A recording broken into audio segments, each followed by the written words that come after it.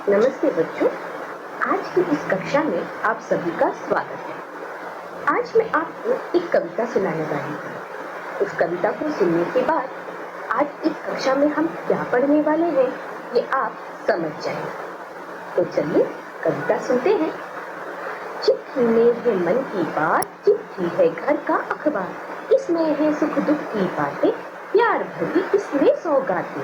कितने दिन कितनी ही रातें तय कर आई मीलों राहें। यह आई मम्मी की चिट्ठी, यह आया पापा का खत, छोटा सा कागज बिन पैर करता दुनिया भर की सैर।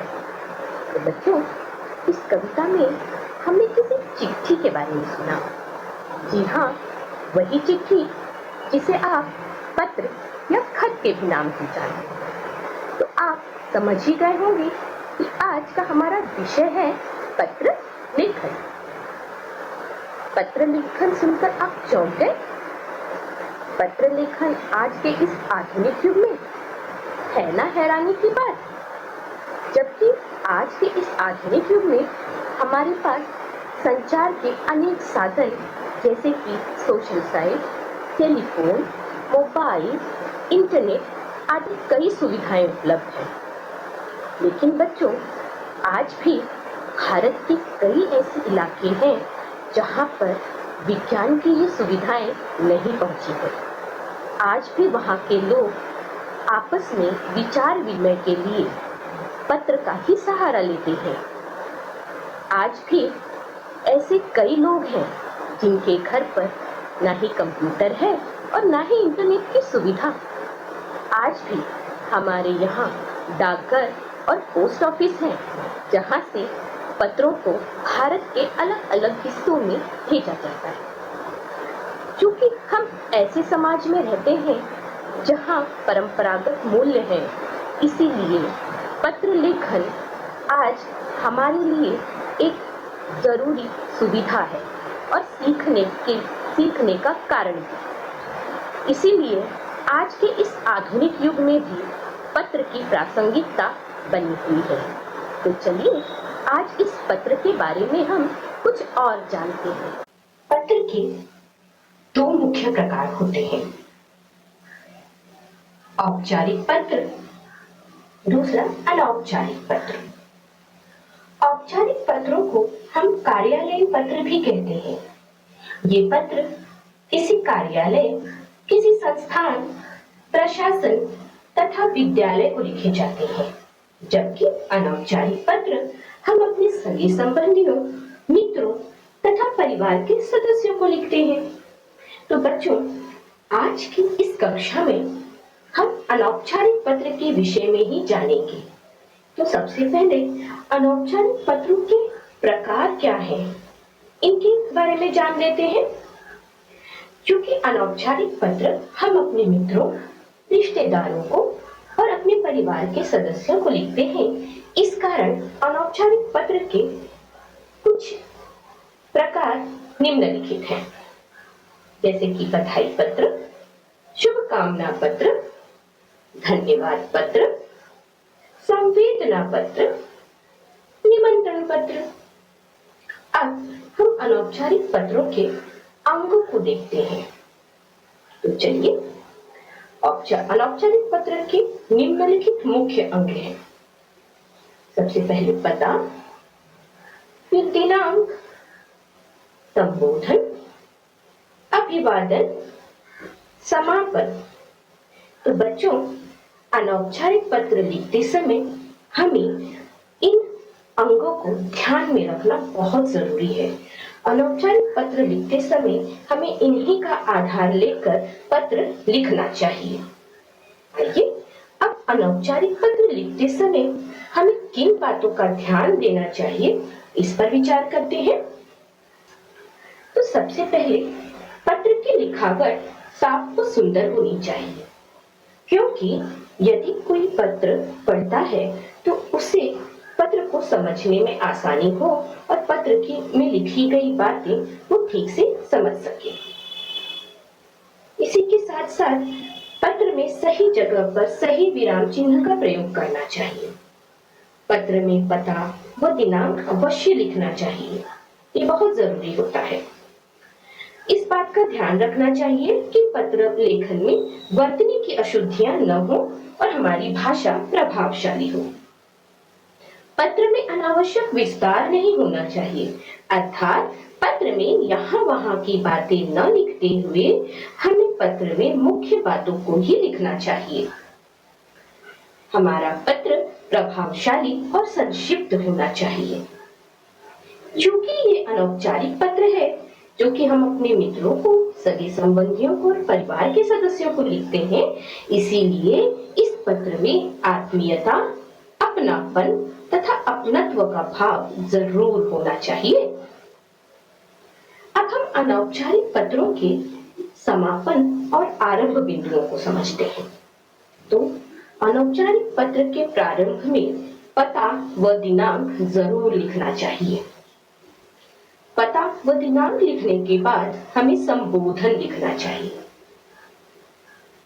संबोधन के बाद अभिवादन और अभिवादन के बाद पत्र के मध्य भाग में विषय से संबंधित हमें मुख्य बातें लिखनी चाहिए।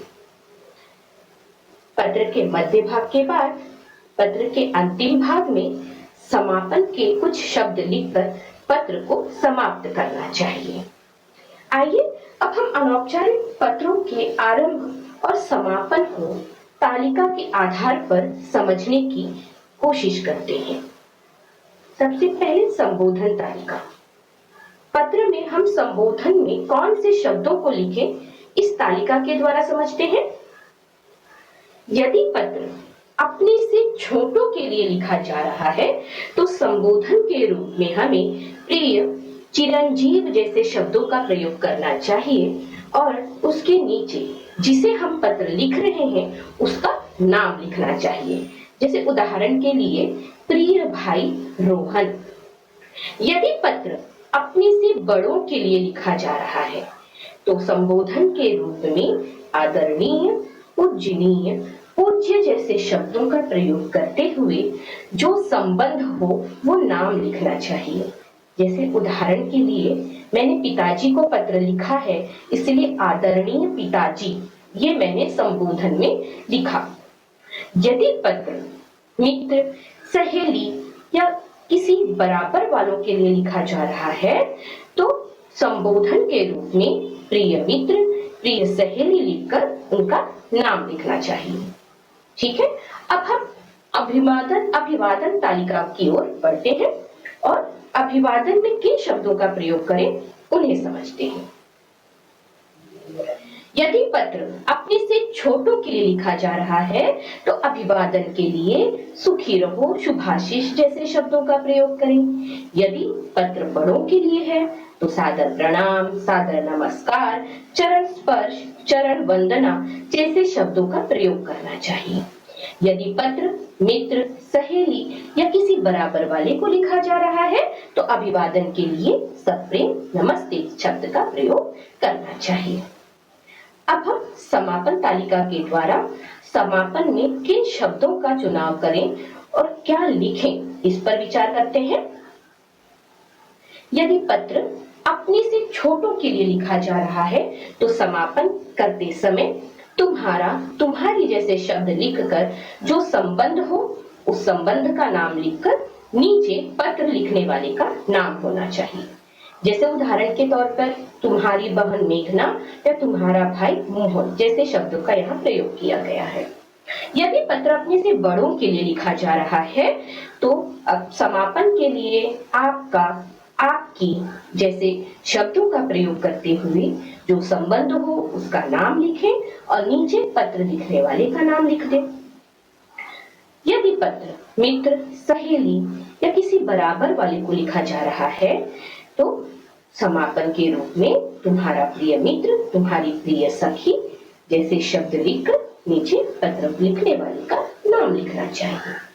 तो आइए अब हम एक नमूना पत्र के आधार पर इस संपूर्ण अनौपचारिक पत्र के प्रारूप को समझने का प्रयास करते हैं। विषय है अपने छोटे भाई को अच्छी संगति का महत्व समझाते हुए पत्र लिखिए। जैसे मैंने आपको बताया कि पत्र लिखते समय सबसे पहले हमें पता व दिनांक लिखना चाहिए, तो यहाँ पर मैंने भी पता और दिनांक लिखा है। भक्ति निवास छात्रावास, महात्मा गांधी मार्ग, इलाहाबाद, दिनांक 24/5/2020। प्रिय रंजन ये संबोधन है, शुभाशीष यह अभिवादन है। यह हमारे पत्र का मुख्य भाग है या मध्य भाग है। इसे मैं पढ़ लेती हूँ। आशा है कि तुम सकुशल होंगे। कई दिनों से तुम्हारा कोई समाचार नहीं मिला, अतः पत्र पाते ही अवश्य लिखना। आशा है कि तुम अपनी पढ़ाई पर ठीक से ध्यान दे रहे होंगे। सदैव अच्छी संगति का ही चयन करना। अच्छी संगति सदैव मनुष्य को अच्छा मार्ग दिखाती है तथा उसे प्रगति की ओर अग्रसर करती है। भविष्य निर्माण की दिशा में अच्छी संगति की सदैव रचनात्मक भूमिका होती है। वहीं दूसरी ओर कुसंगति मनुष्य को पतन का मार्ग दिखाती है। इसीलिए मित्रों व संपर्क जनों के चुनाव में अत्यधिक सावधानी बरतनी चाहिए। मुझे आशा ही नहीं पूर्ण विश्वास है कि तुम जीवन पथ पर सदसंगति के महत्व को सदैव याद रखोगे और अपने सफल, चरित्रवान व महान व्यक्तित्व से परिवार, समाज व देश के नाम को गौरवान्वित करोगे। तुम्हारे पत्र की प्रतीक्षा रहेगी। तुम्हारी बहन रोहिणी। तो इस नमूना पत्र के आधार पर हमने अनौपचारिक पत्र के प्रारूप को समझा और इसके आधार पर हम ये समझ गए कि हमें आरंभ और उसका समापन किस तरह करना चाहिए। इसी के साथ आज का ये वीडियो में यहीं पे समाप्त करते हैं। धन्यवाद।